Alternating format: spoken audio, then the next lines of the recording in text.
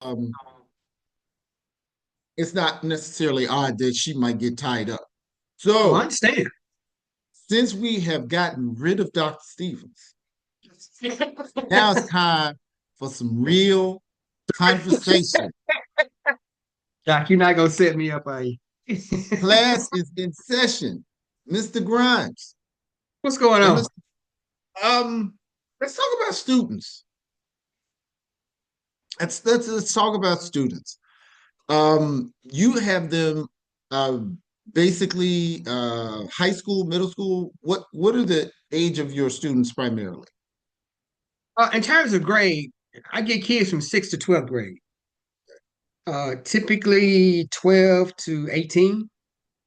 Okay, my So students sometimes we are get kids 11. okay. Yeah, So yeah, that's sixth grade, 11. yeah, Um, my students are primarily 18 to 22, yeah. unless I got some returning Hmm. students. They could Of be course. 40s, you know. Yeah. Um, Hmm. I was making a point today that, in fact, I was having this conversation with one of my colleagues Right. about how is it if we are supposed to be a post-racial society today, right? Right. And our goal is to balance the narrative on our history of oppression as much as our history for people who fought against oppression.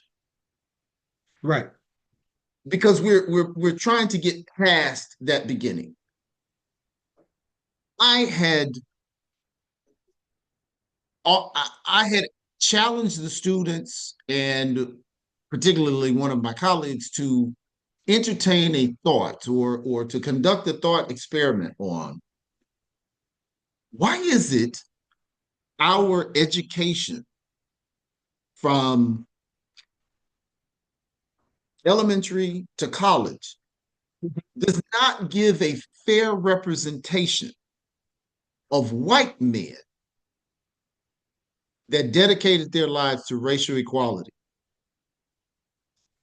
I dare say it was a challenge to most people to name a white man that dedicated himself to racial equality, not white men that were given the credit for it that didn't. We got Abraham Lincoln. That was not what Abraham Lincoln did. That's Abraham Lincoln said it. It Yeah. wasn't that he had anything against black people. That just wasn't his mission. Right. But you had people like Charles Sumner. You had people like Thaddeus Stevens. You had Hmm. people like John Brown. John Brown. Right. Most people don't know those names. Right. And I'm saying, okay, in the 1800s, he was just a senator. In the 1900s, we still had civil rights. We had a way to go. But we're almost 100 years into post-civil rights. And our education system is still including and not including pertinent information that can lead us toward a more homogenous community. Is this still Bacon's Rebellion, the anti miscegenation laws to maintain separatist thought, to continue these outcomes of this person is the enemy? Are we purposely not teaching this about white men so that division is still there? Because maybe I'm just, am I going deeper than I need to go? Talk to me. I don't think so, Doug. I'm gonna preface that by saying this right here. When I first started teaching, and I looked at the first textbook that was in adoption back in about 99, 2000, right? That book today is not the same book, the same adoption book as it is in 2025. Explain it to me. And How's it? and I say that because some of the content in which was in that old adoption is not in that new adoption. Some of the content in which is in an old adoption has been reframed differently than the old adoption.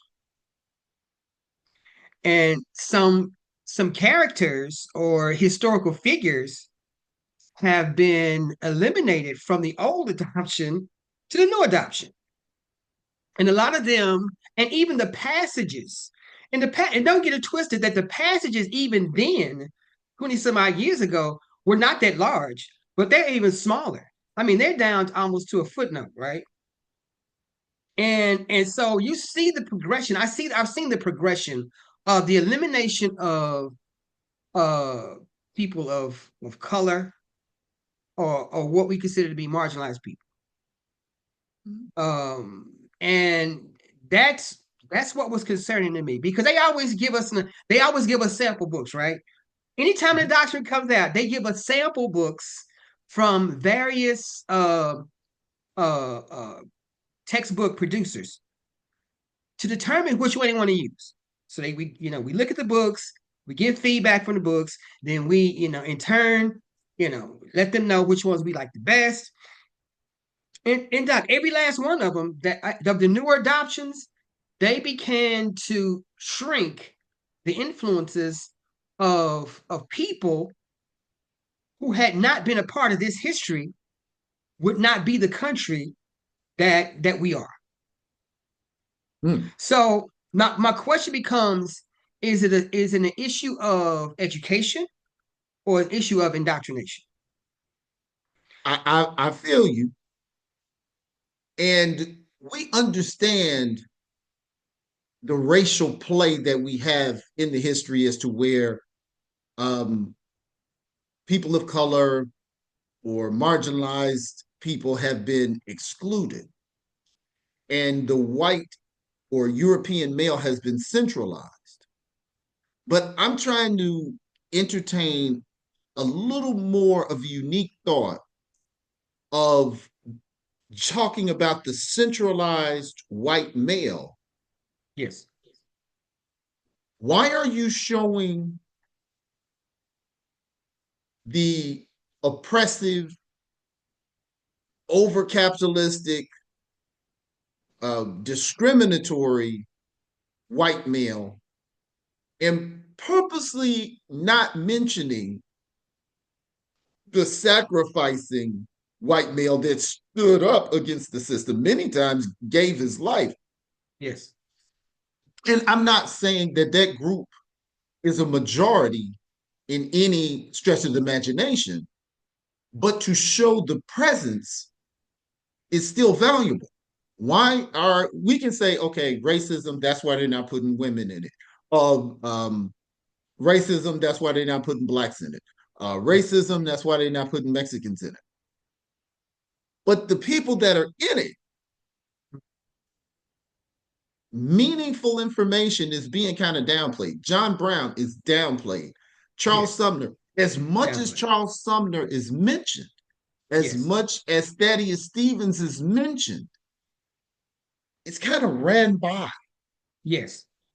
Yeah. It, yeah, it's there, but not. Hold up. Do you realize this dude with Thaddeus Yes. Stevens was Yes. so dedicated to Mm-hmm. racial equality? He said, "Don't even bury me with the senators. Bury because senators were in segregated Yes.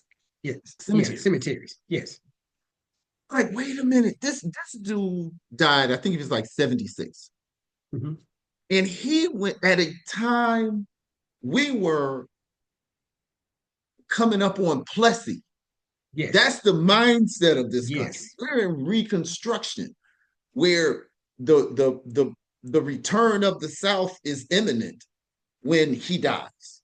Yes. So think of the climate. And this was a man that came up when slavery was president. Mhm. And he's like, no, no, this is not right. Do you, the terror he faced? Yes.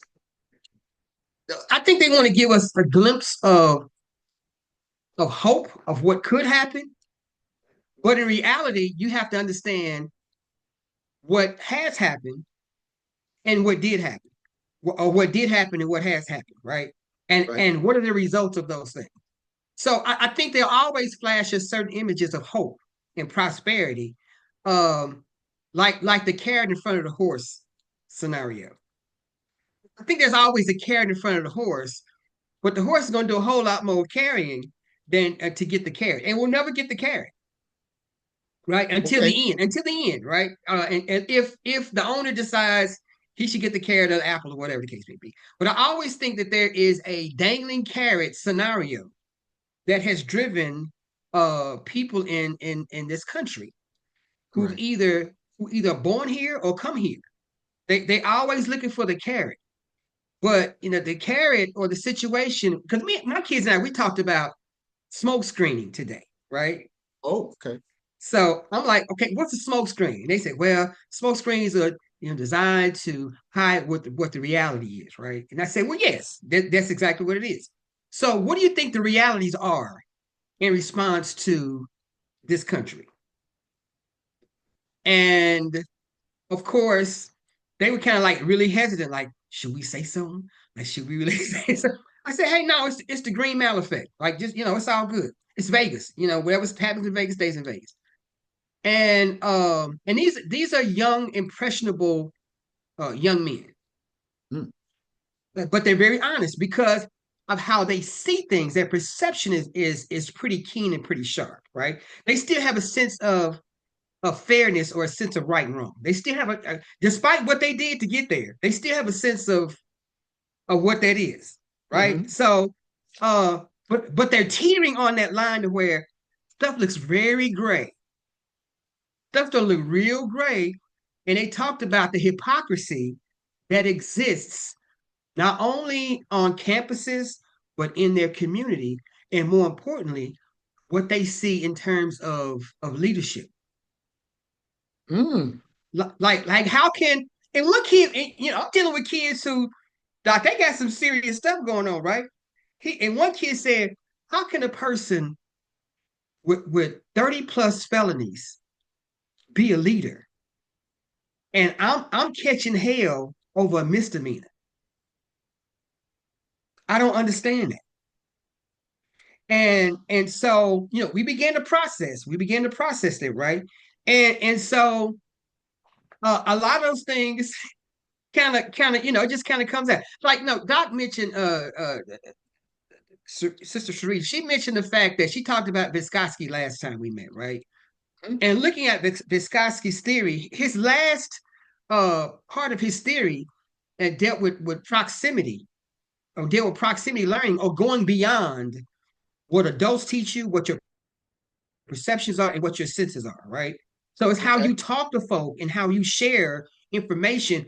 And these women are definitely in that category where the conversations are what drives the intelligence and the intention, or the intention that they are.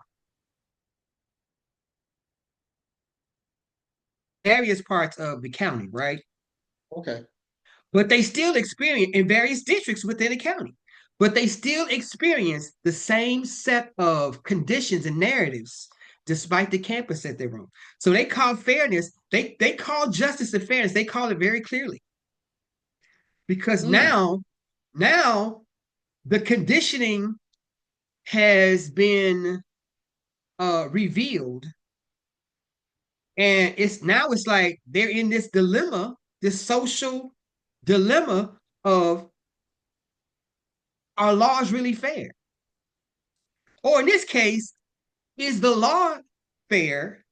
And how do I fit in terms of society as I look at the law? And more importantly, how the law looks at me.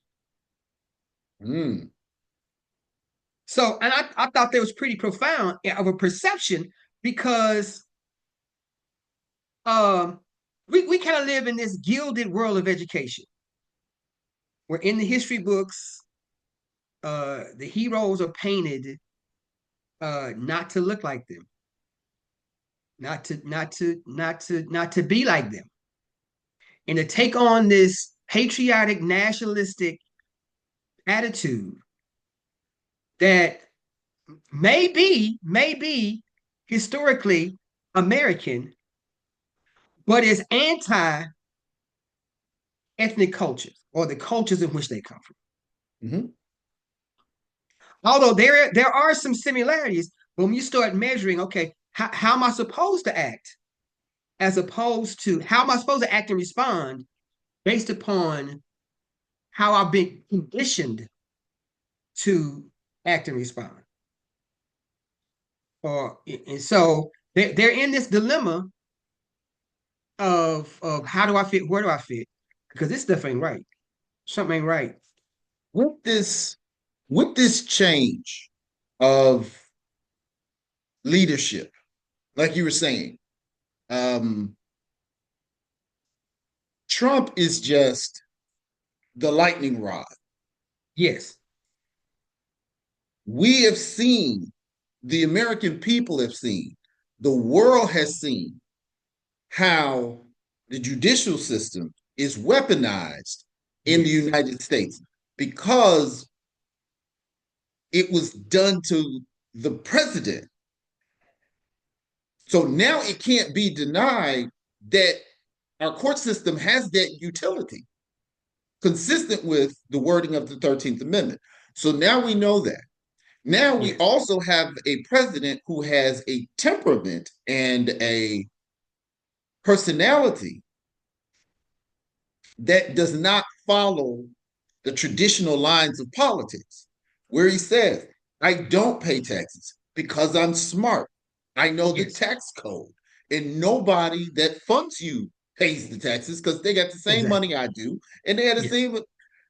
So it's I bring forth this question because it seems like this is along the lines you were having with your students.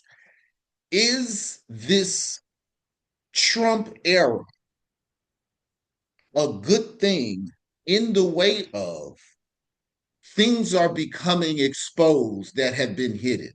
Remember, the war on drugs was Black people's fault. It wasn't the judicial system being used against Black people. That there's no proof that that happens. Well, now we have proof that that happens. You saw them use the judicial system to make somebody quit or no Yes. longer have support in the presidential election. It didn't work, but we saw it happen on such a big scale, it could not be denied. Now we have a president that's saying, oh, we're going to try to ship convicts out of the country. And we'll look at the Constitution later. Yes. We're gonna talk about it first and then look at the Constitution later. Like nobody had a pocket Constitution in the White House before he got on international TV and said it. Do you and you're saying your students are looking at this leader that is the result of the American people. In Trump real was not a time. huh? In real time. Right, right. Yes. So I'm saying Trump is the result of the American people, not the other way around. You're exactly right.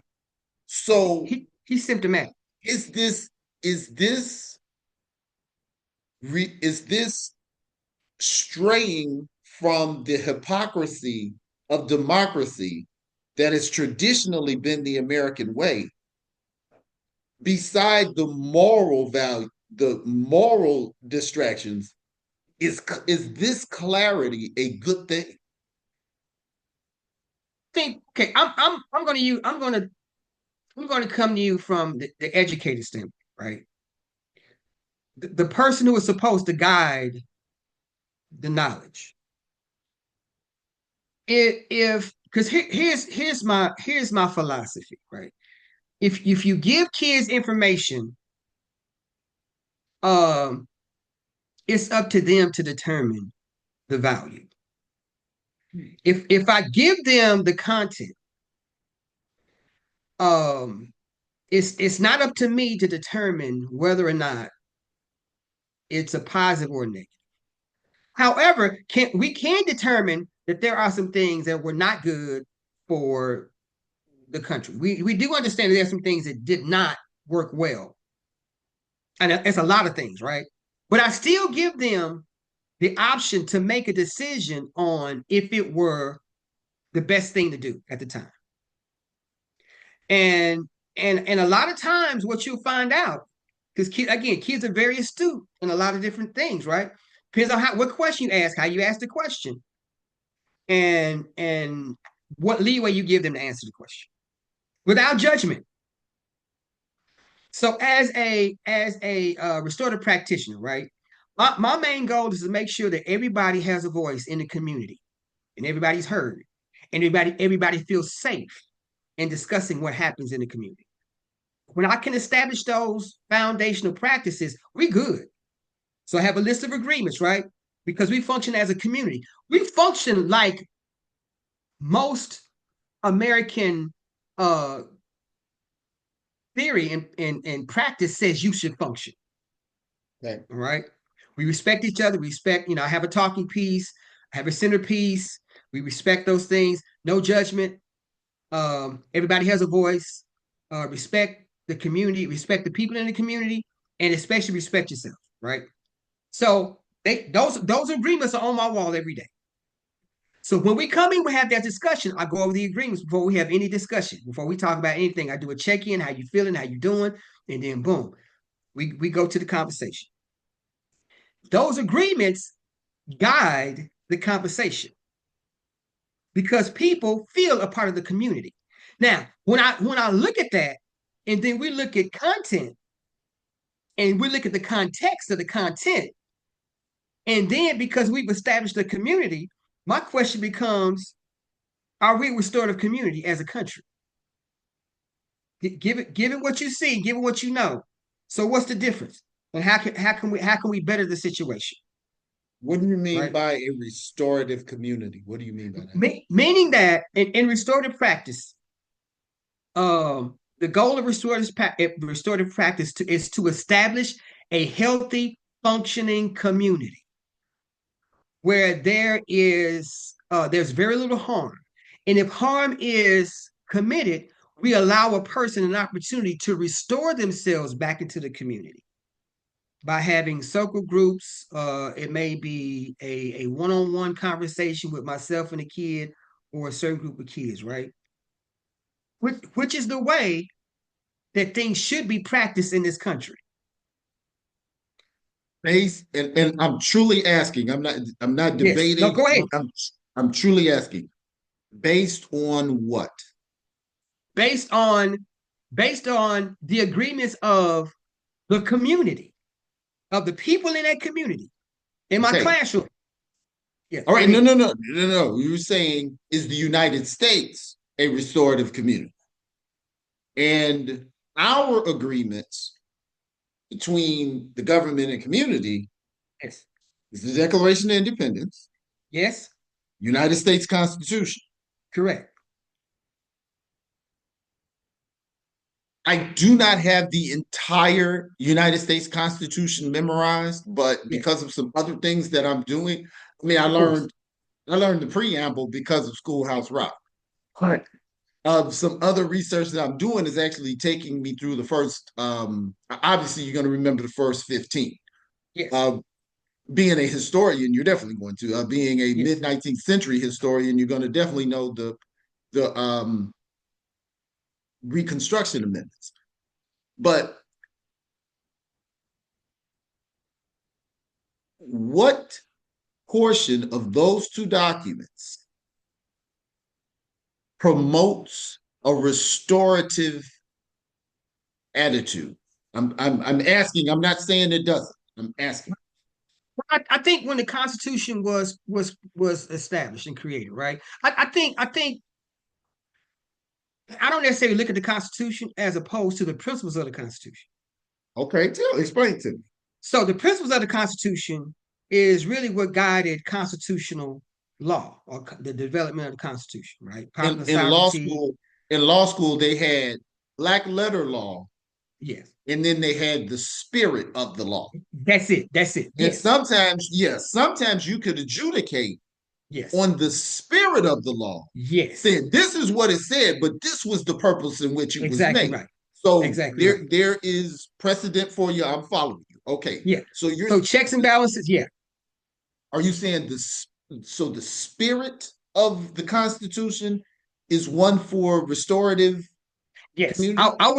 I would consider that more of a restorative uh practice or a concept because every law has to have a principle attached to it. You can't justify law unless you justify what the intent of the law was initially. Okay. So I try to get my kids to understand what's the intentionality of the law. Like what's the context? So why is it wrong to steal? Why is it wrong to kill somebody? Why is it wrong, you know, to why is it illegal to do most anything, right? I said there has to be a principle attached. If you don't understand the principle, then it's difficult to be empathetic and sympathetic towards somebody else within that community because you did not get the understanding of the spirit of law or the principle that went along with the law, right? So here it is. And okay, of course, one of the ghosts of the rap industry was a man by the name of Tupac Shakur, right? It's one of the ghosts. Now, Tupac had a quote, and I pitched it to my kids the other day. Tupac says, "Real eyes realize real lies." So real eyes, they realize what the real lies are. So I had my kids to break that down. Okay, how does that resonate with what you're dealing with right now? And one kid said, "Hey, Mr. Grimes, if you're not a real one, if you're not a real one, we gonna know. Oh yeah. Oh, Oh we yeah. gonna know. If Oh you're yeah. faking it, we gonna know, right? Because we realize what that looks like."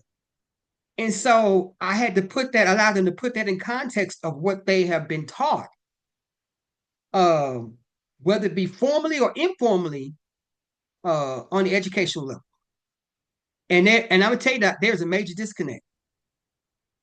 Is There, this in your face leadership? This sometimes. non-hiding, we here to get the money, we here to go after these people. We're not sugarcoating stuff, we're not hiding. Is that good for young people? Because like we kind of got duped with the war on drugs, like the war on drugs was there to help us when it was actually there to incarcerate us so they Most can make definitely. money off of us. Most definitely.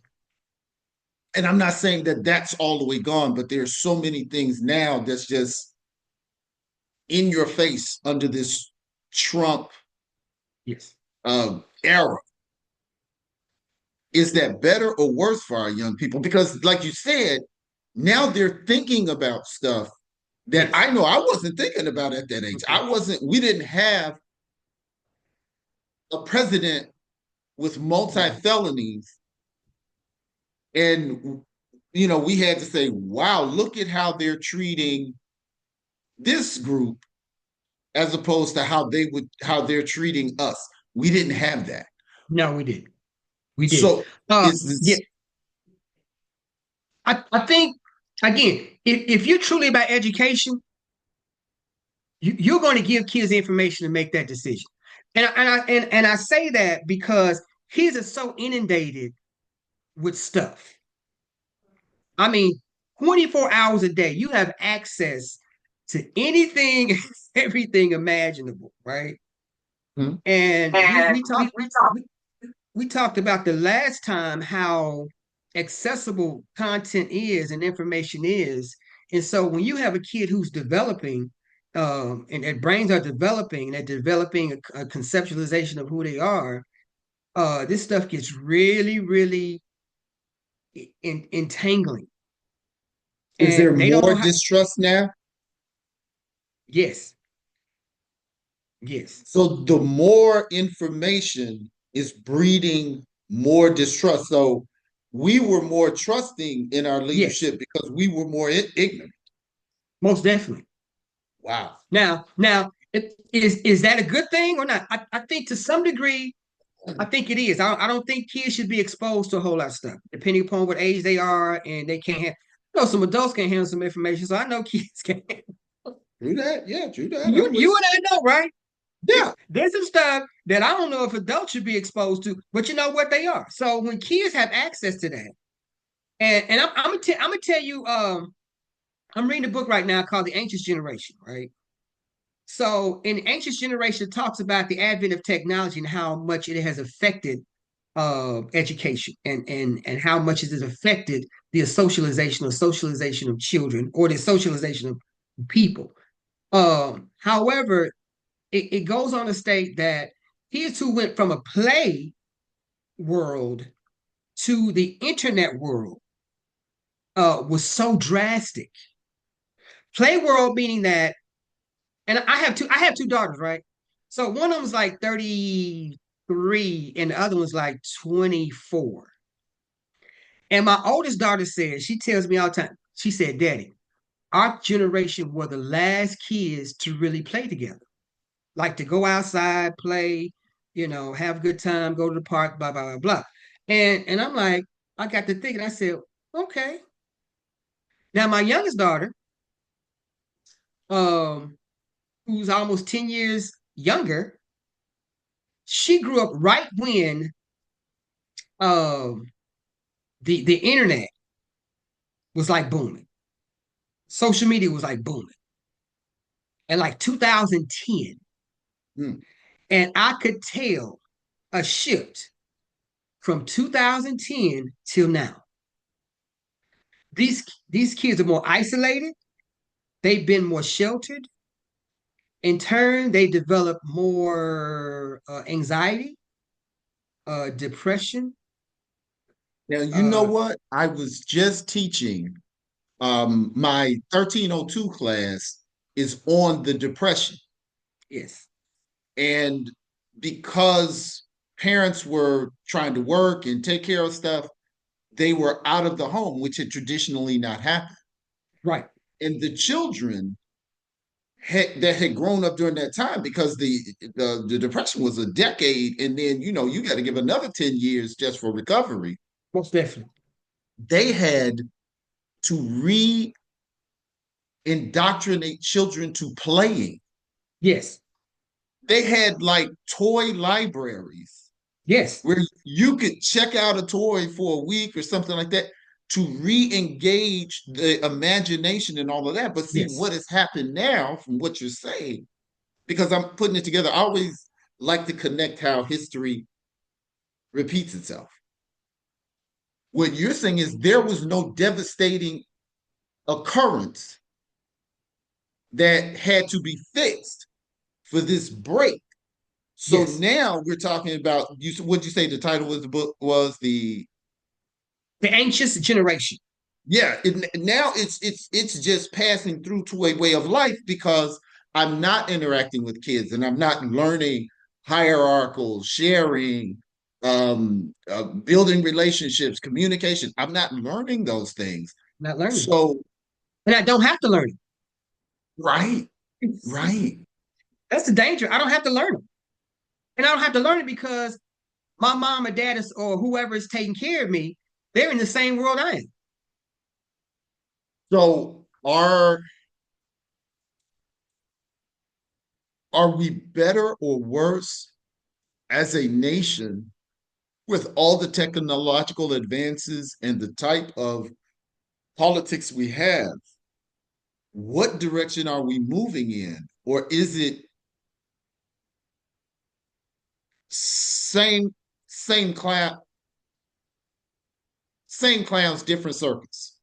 Or same I think, circus, different set of yeah, clowns?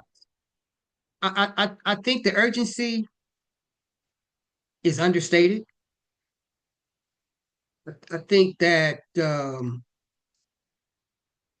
smoke screen is a lot thicker than we think it is. Hmm. Um, Smoke And screens are because it, for a reason. Now we only got two yes, minutes, so I'm gonna give you the 2 minutes to answer this, and okay, that's okay. gonna be all yours. I ain't gonna say nothing. What is the smoke screen covering? I think the smoke screen is covering the hypocrisy, like you said, the hypocrisy of democracy. I think the smoke screen is covering up the hidden agendas of politicians and those individuals who are considered to be, you know, the way they want to consider them to be the one percenters or whatever the case may be. I What think they is the give us smoke? things. What's the smoke they're using that's I think stopping I us? think I think social media is the smoke. I think that's a big part of the smoke. Really? If they can catch us with shorts. If they can always show us glimpses of stuff, not give us the whole picture, just show us glimpses, shorts, stuff to hit us quick. You see what I'm saying? I think that's distract because our minds are constantly being rewired, you know, because of and you know, we don't have a lot of neuroplasticity going on. We'll talk about that later on as well. So our brains are getting hit with some stuff that's not really building a functional brain. And we're just Mm, functioning off of autopilot a lot of times. 95% of stuff we do is subconscious. We don't think about doing it. We just do it. If I pick up my phone, right, I'm gonna automatically, log in. I'm gonna probably go to Facebook. I'm gonna probably go to YouTube. I'm gonna probably go to somewhere that I normally go, right? Because mm. I've been trained to do that because of the algorithms that have trained me to do that. And Wow. so if I don't fix my mind to read stuff and look at stuff, I'm gonna keep doing the same old thing. I'm gonna say this right Well, here, Doc. I'm gonna let you have it because you made a very poignant statement the other day. You said at the end of the day, it's gonna always be about land, labor, and capital. three modes of production. Three modes of production. So it is education still built around those three. Well, Mr. Grimes, we're gonna have to wrap this up. This is class and session where obviously the infamous Mr. Grimes was educating me. And please like, share, and subscribe so I can keep Mr. Grimes coming back. Um, man, wonderful, wonderful, wonderful today. Thank you. I appreciate it. Appreciate you, sir, as always. All And I'll right, be take it tuning easy, in to brother. see you. All All right. right. Good night.